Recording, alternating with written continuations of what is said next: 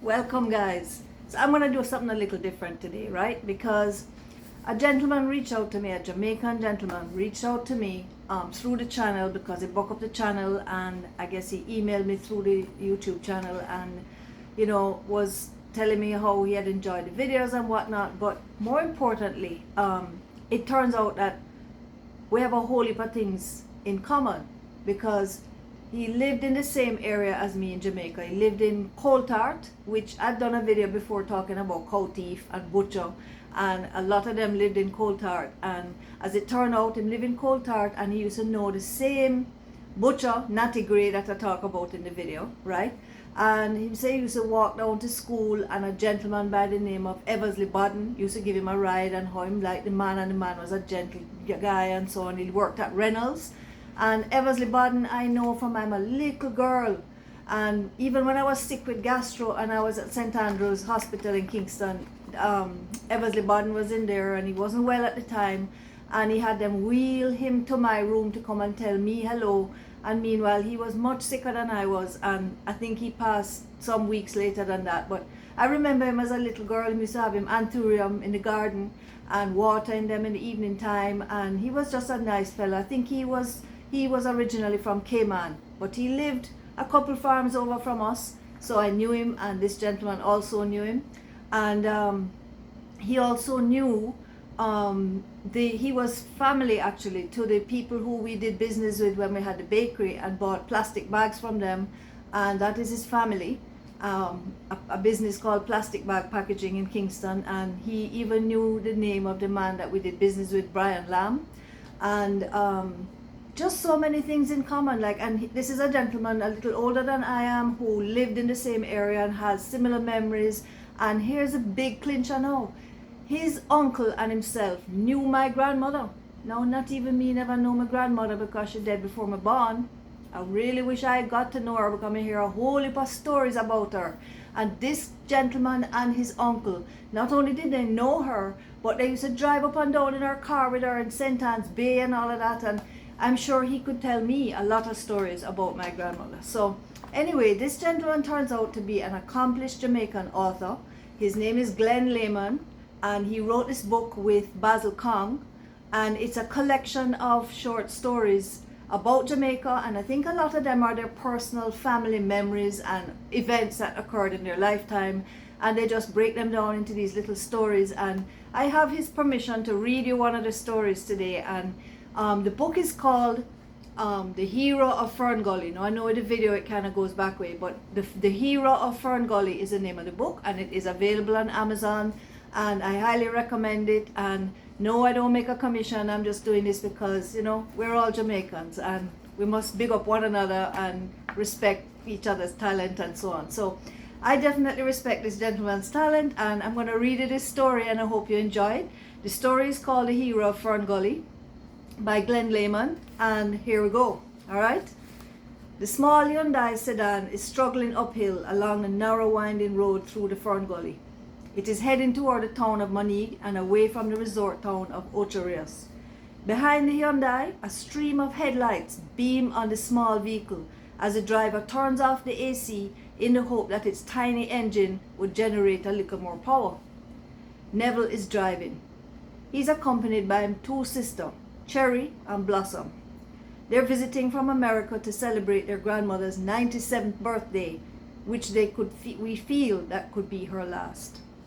It was almost as if Neville could feel the impatience of the drivers behind him. The need to get off the dark, treacherous road is palpable in the intermittent hum of the cars behind him. He could understand that they were no doubt anxious to return to the city of Kingston after a weekend on the north coast. As Neville skillfully navigates around a sharp curve, the car narrowly misses a pothole, that scourge of the Jamaican road. Neville stifles an expletive, sparing his sisters, who had now become concerned at the intense darkness of the gully's roadway. The Fern Gully is a former riverbed that has been converted into a roadway. The trees and variety of ferns form a natural winding tunnel for several miles. It is considered one of Jamaica's natural beauty spots. The siblings had left Runaway Bay while it was still daylight, hoping to return to Claremont before dark. To their dismay, they discover that the main road via St. Anne's Bay is impassable because of flood damage from Hurricane Ivan the previous year. To get to their destination, they made a detour several miles and approached their destination via the town of Golden Grove. As the car rounds a corner, the intense darkness recedes as they have come to the end of the Fern Gully and the road is wider. The lighter darkness of night is a welcome development. The cars behind them increase their speed. Many zoom past the Hyundai as the road straightens. Suddenly there is a bang, then a reverberation as their car hits a pothole. Seconds later, the plop, plop, plop of a busted flat tire and the realization of a nightmare, a flat tire at night on a lonely country road. Neville pulls over to the side of the road. There's no flashlight. As fear grips the occupants, Cherry asks, "Is it wise to stop here? Let's keep going." "There's nothing for miles to keep driving will just make it worse. It will wreck the rim," Neville replies. He jumps out of the car. Cherry and Blossom follow. "Look for some stones to block the wheel," says Neville. "Maybe we should look for something to defend ourselves," said Blossom in an ominous voice. "Yes, we hear too much story about the crime rate," says Cherry. Fumbling in the dark, Neville manages to replace the flat tire with a spare. Relieved, they all pile back in the car and take off. Alas, after they drive a few hundred yards, they hear another alarming plop, plop, plop, a flat tire again. They stop and examine the replaced tire and realize it is completely flat. Evidently the spare is defective. They've been staying in Claremont where they grew up. Nothing looks like it did when they were growing up there years ago. Drastic changes have been made and it's very surprising to see grills or burglar bars encased around every house. Crime and corruption are all the hearing in the news. Most of the people they once knew are living abroad or in Kingston. Being stranded on a dark, lonely road with no street light on a Sunday night is not a comforting thought. If only the government had fixed the roads, they would not have had to make this detour. What a disaster. Not just one, but 2 flat tires. Where can you fix a tire on a Sunday evening? Neville reaches for the borrowed cell phone and calls Steve, one of his few friends for whom they have a contact number. But Steve is out of town. He offers to call someone to help. The car is in a dangerous spot on a narrow road with no shoulder. Cars zoom by and it feels like someone will run into them at any moment. Neville decides to move the car to a better location and he drives slowly on the flat tire. With each turn of the wheel, the tire is being chewed up. Meanwhile, the Sunday night traffic picks up and they witness several near accidents from the car. Minutes later, they're on the secondary road that runs through Orange Park and connects with the main road in Golden Grove, 3 kilometers from their destination. Neville brings the Hyundai to a final stop on the paved shoulder of the turnoff. All them can do now is sit and wait. Blossom calls Grandma's house and Dolly, her helper, answers.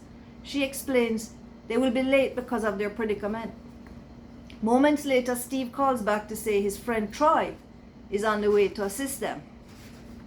They weigh the options. The car is a rental from Montego Bay.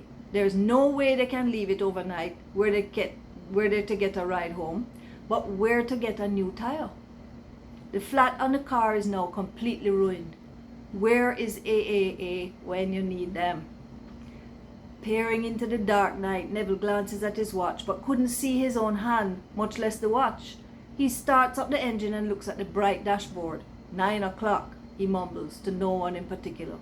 He reclines his seat and listens to the sound of the crickets outside, while worry and fear grip the occupants inside the car.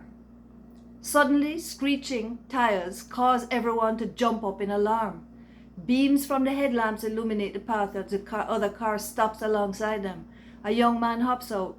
"We come for help with that flat tire," he says. Everyone relieved a collective sigh of relief.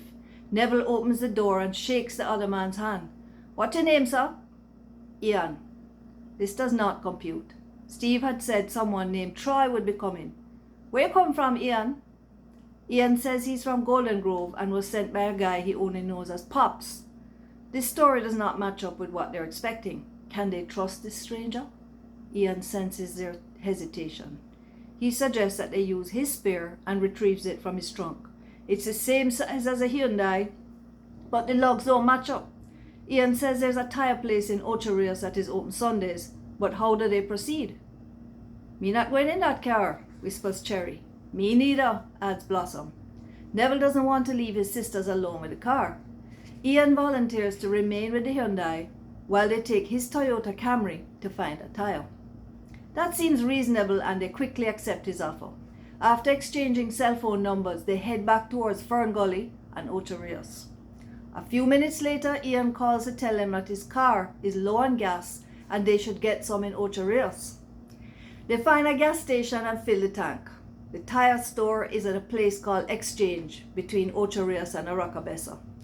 After driving around and not finding the tire store, they return to the gas station for directions. Finally, they locate the tire shop, but it's closed for the night. It's now 10 o'clock. They call Ian. He's out of ideas but says he's hungry and asks that they buy him some food on the way back. The situation is not looking good. The night is getting late. The cell phone rings. A relative from the US is calling. They explain the problem and realize the phone is running out of credit. Now they have to get a new phone card. They stop at several shops, but none sell the Ready Selly card that they need, as it's an older type. They spot a large gas station that is still open and they pull in. Luckily, they have the correct phone card for sale. Neville asks if anyone knows where he can get tires at this time of night, and everyone says no. Just then, an elderly man walks into the gas station and buys a Coke and a penny bun. The cashier asks him if he knows a tire place that would be open at this time of night. He says yes, there's a place out by Mammy Bay where they open 24 hours. It's a yellow building on the left side. Near where the road is all dusty and rough due to the construction of the new highway to Montego Bay. Neville thanks him and heads back to the borrowed Toyota. He repeats the news to his sisters. What are the chances there's a 24-hour tire shop in this part of the island? I can't think of one in the US either, Cherry quips. But there's no other option. They head off to Mammy Bay and find themselves in the middle of road construction. The asphalt had been ripped up and a choking and blinding white dust makes driving difficult. They do not see the tire shop, but they notice a side road after they pass it. Turning around, they go up the hill onto a side street, stopping to ask a man standing on the corner, "Do you know where the 24-hour tire shop is?" "Yeah man, just down there so. But you have to drive on a little piece of road back there, forget it." "What did he say?" asked Blossom. "It's nearby, but we need to use a narrow elevated shoulder to get there," Neville explains. The women laugh. In widening the road, the construction crew had dug away most of the narrow roadside that runs about 5 feet above the main road, creating a mini precipice. This is the only way to get to the tire shop, so Neville slowly and cautiously maneuvers the Toyota on this side road. After a few breathless moments, they reach the tire shop, and it does say 24-hour tire repair on the sign. 2 men are sleeping in a tree. 3 dogs approach to investigate. One of the men, Leroy, stirs as the car approaches. He explains that he has no tires but can fix flats. "Okay, I have 2 tires for repair then," said Neville. Leroy points out that the rim is bent and needs to be fixed first. He springs into action and begins working the first flat tire, knocking at the rim with a hammer. Once the rim is sufficiently round, he applies a black paste to the portion of the tire that meets the wheel and inflates it, but it does not hold the air. He tries again, still no luck. Neville suggests he try the other wheel from the spare tire. The tire on this wheel is all torn up, but the wheel, Leroy says, appears fixable and works on it. This time the tire maintains the air pressure and everyone sighs with relief. After paying for the repair, they're happy to make their way back to the dusty main road toward Ochi. Everyone is hungry, so they make a stop at the jerk center and buy several orders of jerk chicken with rice and peas before heading back through Fern Gully. At a little past midnight, the traffic is virtually non-existent. Neville turns off the lights for a second to appreciate the density of the darkness between the canopy of ferns. Swarms of fireflies known as piniwali provide an ethereal backdrop, twinkling overhead and gliding in between the tall trees of Fern Gully. "It's like we're in another world," whispers Cherry in awe. They took a moment to absorb the wonder of their surroundings. Neville turns on the high beam and revs the engine to continue on the way. A tired and hungry Ian is waiting with the Hyundai. When they pull up, they give him some food and he quickly devours a jerk chicken. Hurriedly they put on the tire. It works. Hallelujah. After giving Ian a very big tip and thanking him profusely, the weary travelers head to Claremont, driving carefully as they have no spare tire. Soon after they reach Grandma's house. Back in the US, the three siblings share the amazing story of that night on the Fern Gully Road, and in their telling, Ian becomes the hero of Fern Gully.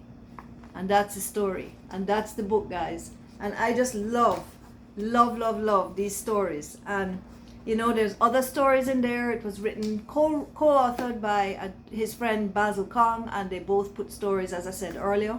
And it's really a worthy read. I don't know if you enjoyed that story, but I certainly did when I read it. And it just comes to life to me because I can just see it, the whole thing happening, and it brings back many memories. So I'm going to ask you guys to give this video a thumbs up if you enjoyed it. Share with your friends and family. Encourage them to get that book if they want to read more of those stories, and to encourage our fellow Jamaican, you know, who is writing and doing a great job. So give it a thumbs up, drop a comment, like, subscribe. You know the drill. Okay, hope you enjoyed it, guys. On the next video. One love.